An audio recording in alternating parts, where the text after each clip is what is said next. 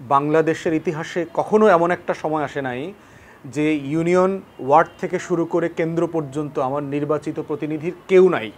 আমার মিথ্যাচারের যে অর্থনীতির গল্প আমরা দেখেছি, উন্নয়নের প্রত্যেকটা গল্প হইল মিথ্যা কথা।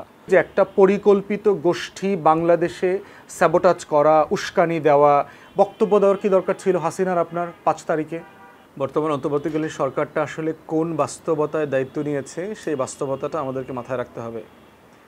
১৬টা বছরে আওয়ামী লীগ, জাতীয় পার্টি ১৪ দল মিলে এই রাষ্ট্রের প্রত্যেকটা কাঠামো ভেঙে দিয়ে গেছে।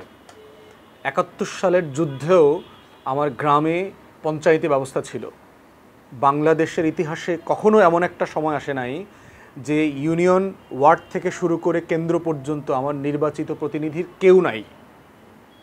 সিম্পলি কোনো কাঠামো নাই এই রাষ্ট্রে। এখন যুদ্ধের সময়ও ডিসিএসপির অফিস, মহকুমার অফিস থেকে আপনার মানুষ নিরাপত্তা পেয়েছে, তারপরে চাল ডালের সাহায্য পেয়েছে, কিন্তু এখন দেখেন টোটাল কাঠামোটা আওয়ামী লীগ ভেঙে দিয়ে গেছে।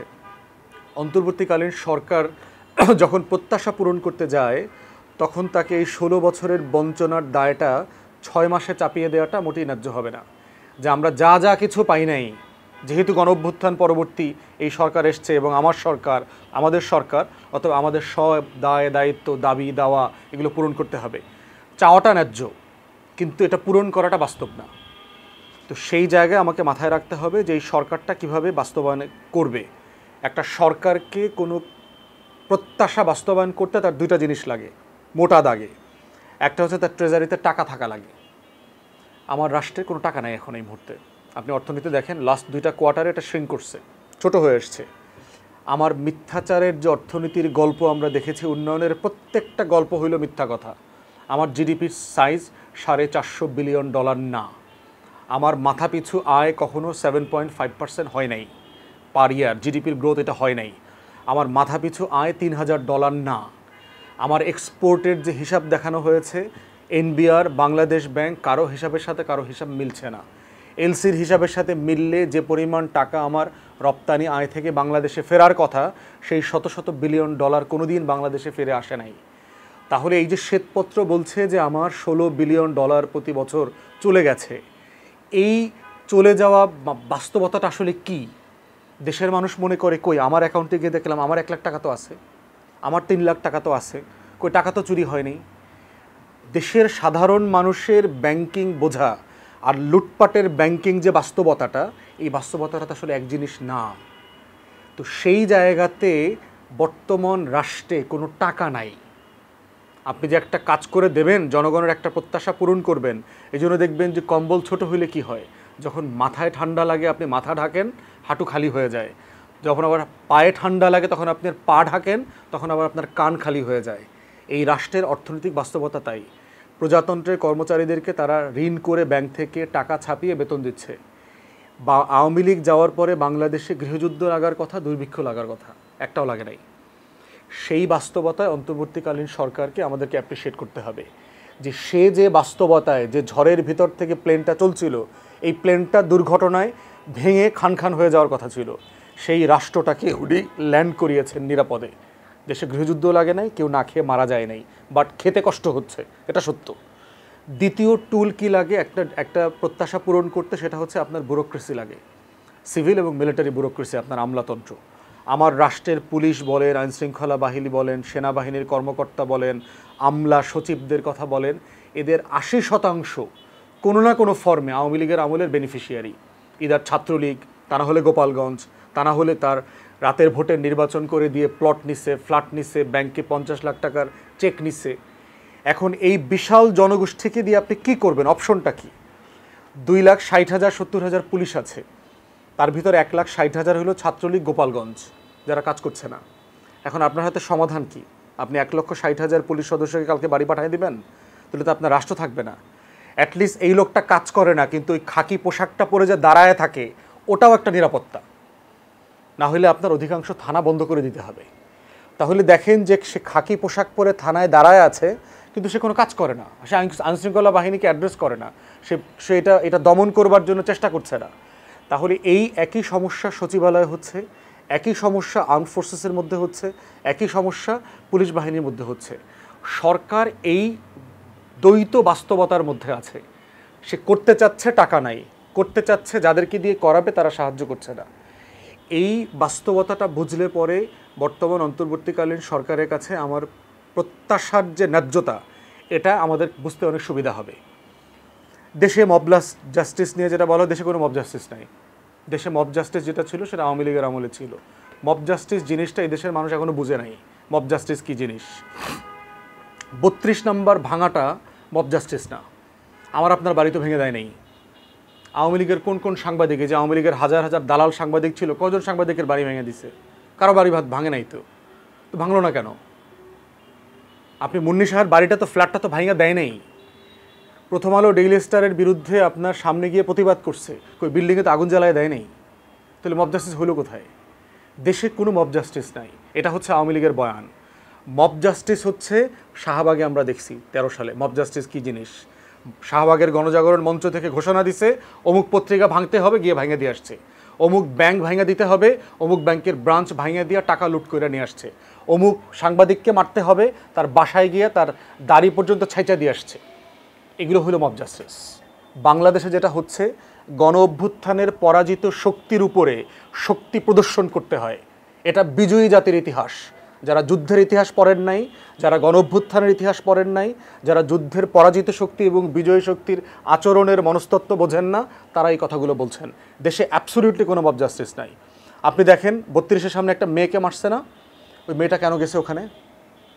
আপনি জানেন এখানে একটা ক্রাউড জমা হয়েছে, যে ক্রাউডের মুডটা পজিটিভ না। তারা প্রচণ্ড একটা ভায়োলেন্ট ক্রাউড এখানে আসছে 32 নম্বরে। আপনি কেন ওখানে গেছেন? শেখ মুজিবের গুণগান করবার জন্য? এইটা বোঝার জন্য আপনার রকেট সায়েন্টিস্ট হওয়ার দরকার নাই, যেটা একটা পরিকল্পিত ঘটনা। আপনি কেন শাওনকে গ্রেফতার করার, সাবাকে গ্রেফতার করার 24 ঘন্টা পর ছেড়ে দিলেন? ওকে আবার ভিআইপি ট্রিটমেন্ট দিলেন হাসপাতালে। হেফাজতেরও তো হাজার হাজার বিএনপি জামাতের লোকদেরও তো গ্রেফতার করা হয়েছিল। রিমান্ডে 10টা আঙ্গুল কাইটা দিয়ে আনার পরেও তো আপনার রিমান্ড বাতিল করে নাই, জামিন দেয় নেই। তো ওইটা হচ্ছে মব জাস্টিস। রাষ্ট্রের স্পন্সর করা মব জাস্টিস গত 16 বছর আমরা দেখেছি। গণহত্যার নাম হইল মব জাস্টিস। নির্বাচন চাওয়ার পরে যখন হাত পাও ঘুরায়া দেয়, সেটার নাম হইল মব জাস্টিস। সাতক্ষীরায় শিবিরের ছাত্রদলের 1200 ছেলের হাঁটুতে গুলি করে পঙ্গু করে দিছে, মেরুদণ্ড গুলি করে ভেঙে দিছে, এটার নাম হইল মব জাস্টিস। মব জাস্টিস মানে হইল আওয়ামী লীগের ব্যাংকগুলা লুট করার নাম ছিল মব জাস্টিস। কই হয় নাই তো? বাংলাদেশের অধিকাংশ ব্যাংকের মালিক হলো আওয়ামী লীগ। একটা ব্যাংকও তো লুট হয় নাই, বলেন আমাকে। আওয়ামী লীগের কোন ব্যাংক লুট হয়েছে? আওয়ামী লীগের কোন প্রতিষ্ঠান ভেঙে দিছে? বেক্সিমকো মানুষ পোড়ায় দিচ্ছে, ভেঙে দিচ্ছে? শ্রমিকরা ভাঙছে, বেতন দেয় না। ওটা তো ন্যায্য, ওটা তো শ্রমিকদের আলাদা আন্দোলন। যে কোনো সময় তারা এই কোম্পানি ভেঙে দেয়, ওই মালিকের কোম্পানি ভেঙে দেয়। কোন কোন কোম্পানি ভাঙছে আওয়ামী লীগের নেতাদের? এই যে শাহরিয়ার ছিল আপনার আওয়ামী লীগের এমপি, কই তার গার্মেন্টস ভেঙে দিছে? দেয় নেই তো। সাবের হোসেন চৌধুরীর গার্মেন্টস ভেঙে দিচ্ছে? দেয় নেই তো। কোন আওয়ামী লীগের নেতার ব্যবসা প্রতিষ্ঠান ভেঙে দিচ্ছে? তাহলে প্রশ্ন হচ্ছে কোনটা মব জাস্টিস আর কোনটা গণ অভ্যুত্থানের রিয়াকশন, সেই জায়গাটা বুঝতে হবে। ঠিক একইভাবে আওয়ামী লীগের লোকজন এবং ইন্ডিয়ান প্রপাগান্ডা মেশিন বলেছে যে বাংলাদেশে নাকি মাইনরিটিদের উপরে, সংখ্যালঘুদের উপরে নির্যাতন করে একদম ছারখার করে দেওয়া হয়েছে। কয়জন মাইনরিটি মারা গেছে? হিন্দু বৌদ্ধ খ্রিস্টান ঐক্য পরিষদ বলছে জুলাই আগস্টে নাকি 9 জন হিন্দু মারা গেছে। যারা রিউমার স্ক্যান করেন, যারা ফ্যাক্ট চেক করেন, তারা সবাই বলছেন একজনও হিন্দু হওয়ার কারণে মারা যান নাই, আওয়ামী লীগ হওয়ার কারণে মারা গেছেন। তাহলে এই যে বাংলাদেশে একটা সংখ্যালঘুর রাজনীতি আছে, আপনি মাইর খাওয়ার আগ পর্যন্ত আওয়ামী লীগ, মাইর খাওয়ার পর হিন্দু, এটার এই পলিটিক্স থেকে আমাদেরকে বের হয়ে আসতে হবে। যিনি জেনুইনলি সংখ্যালঘু হওয়ার কারণে নির্যাতিত, তার পক্ষে আমরা সবাই দাঁড়াবো। যেমন ধরেন হরিজন সম্প্রদায়ের লোক, তারা বিচার পাচ্ছেন না।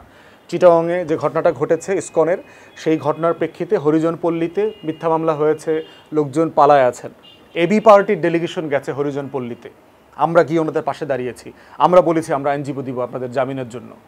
কারণ আমরা যেভাবে চিন্ময়ের বিচার চাই, ইসকনের যারা জড়িত জঙ্গি তাদের বিচার চাই, আলিফ হত্যার বিচার চাই, ঠিক একইভাবে নিরপরাধ হরিজন পল্লীর সদস্য, তারা গরিব হিন্দু মানুষ বলে তাদের উপর অবিচার হবে, এটা ন্যায্যতা না। তাহলে আমার প্রশ্ন হচ্ছে নাগরিক সত্তার জায়গা থেকে। তাহলে বাংলাদেশে বা বইমেলার ছবি দেখেন, আপনারা ভিডিও দেখেন, মাদ্রাসার ছেলেটা কি ওখানে মারধর করতে গেছে না মাইর থামাইতে গেছিল? তাকে কে চট দিছে ফার্স্ট? যদি বাংলাদেশের একটা সিম্পল বিশ্ববিদ্যালয়ে জিন্স পরা টি শার্ট পরা একটা মেয়ের গায়েও এই লোকটা হাত দিত, ওই স্টল তো ঘুরাই দিয়ে আসতো। ঘুরাই দেয়নি তো স্টল। তারা কি করছে? কমপ্লেন করছে। কমপ্লেন করার পরে প্রশাসনিকভাবে তার স্টল সরাই দিয়েছে। এটা তো ভেরি ফর্মাল প্রসেস। এই ফর্মাল প্রসেসটা মব জাস্টিস হয় কীভাবে? অতএব বুঝতে হবে যে একটা পরিকল্পিত গোষ্ঠী বাংলাদেশে স্যাবোটাজ করা, উস্কানি দেওয়া। বক্তব্য দেওয়ার কি দরকার ছিল হাসিনার আপনার 5 তারিখে? যেই দলটা 16 বছরের ফ্যাসিবাদী শাসন ব্যবস্থার পর পতন হয়েছে, ভদ্রতার খাতিরে চুপ থাকেন, নইলে মাফ চান। কোনোটা চাইবেন না আপনি ওরা ভুল করছে, ওরা ভুল বুঝছে, আমি এত কিছু করছি, আমারে কেন সরায় দিল। তারপরে কেন 32 ভাঙবে না? তাহলে 32 তো 5 তারিখে ভাঙে নাই এর আগে, তাহলে এই 5 তারিখে কেন ছেলে পেলে 32 ভাঙতে গেল? কেন ভাঙার উস্কানি আপনি দিলেন? তাহলে এগুলো মব জাস্টিস না, এগুলো হচ্ছে ইনসাইটমেন্ট টু ভায়োলেন্স বলে। আইনের পরিভাষা আছে যে সহিংসতা করবার জন্য তাকে খেপানো হয়েছে, এটা একটা ক্রিমিনাল অফেন্স আমাদের আইনে। এই যা যা হয়েছে গত এক সপ্তাহে, এর সব দায় হচ্ছে শেখ হাসিনার, সব দায় হচ্ছে আওয়ামী লীগের নেতাদের এবং যে ল্যাসপেন্সাররা আছে, যারা এই যে প্রকাশক টাইপের বাটপার, ওই মেয়ে যেটা গেছে 32-এর সামনে, এদেরকে ধরেন, গ্রেফতার করেন, রিমান্ডে নেন, বোঝার চেষ্টা করেন কারা তাকে সেখানে পাঠাইছে। আপনি তসলিমা নাসরিনের বই বিক্রি করেন, করবেন, বাট এটা এত প্রকাশিত করা, হুটহাট করা, ফেসবুকে পোস্ট দেওয়া, অমুক স্টলে তসলিমা নাসরিনের বই পাওয়া যাচ্ছে, এগুলো তো উস্কানি। ঠিক একইভাবে যারা তৌহিদি জনতা আছে, আলেম ওলামায়ে কেরামরা আছে, আপনাদেরকে অনুরোধ করছি দয়া করে এই ভারতের আওয়ামী লীগের ফাঁদে পা দেবেন না। এই ছবিগুলো ওরা চায়, আওয়ামী লীগ চায়। আপনাদের কারণে তসলিমা নাসরিন বিখ্যাত হয়েছে, আপনাদের কারণে তসলিমা নাসরিনের বই বিখ্যাত হয়েছে। তা না হইলে এই কাজের বুয়ার বই সম্পর্কে কেউ জানতো না, এত লো ক্লাস, থার্ড ক্লাস লেখা কেউ পড়তো না। অতএব আলেম ওলামায়ে কেরাম যারা আছেন, তাদেরও ন্যায্যতার ভিত্তিতে অত্যন্ত কৌশলী আচরণ করা দরকার। যে একটা বই দেখলে কোন পৃষ্ঠায় ইসলামের বিরুদ্ধে কী লিখছে, সো হোয়াট, কী হয়েছে, লেখুক না। লেখলে কি আমাদের ইসলাম ধর্ম চলে গেছে নাকি? এত সস্তা ধর্ম নাকি আমরা? তো এই জন্য এই বাস্তবতাগুলো সব পক্ষকে মাথায় রাখতে হবে এবং ন্যায্যতার ভিত্তিতে বাস্তবসম্মত আচরণ আমরা আশা করি।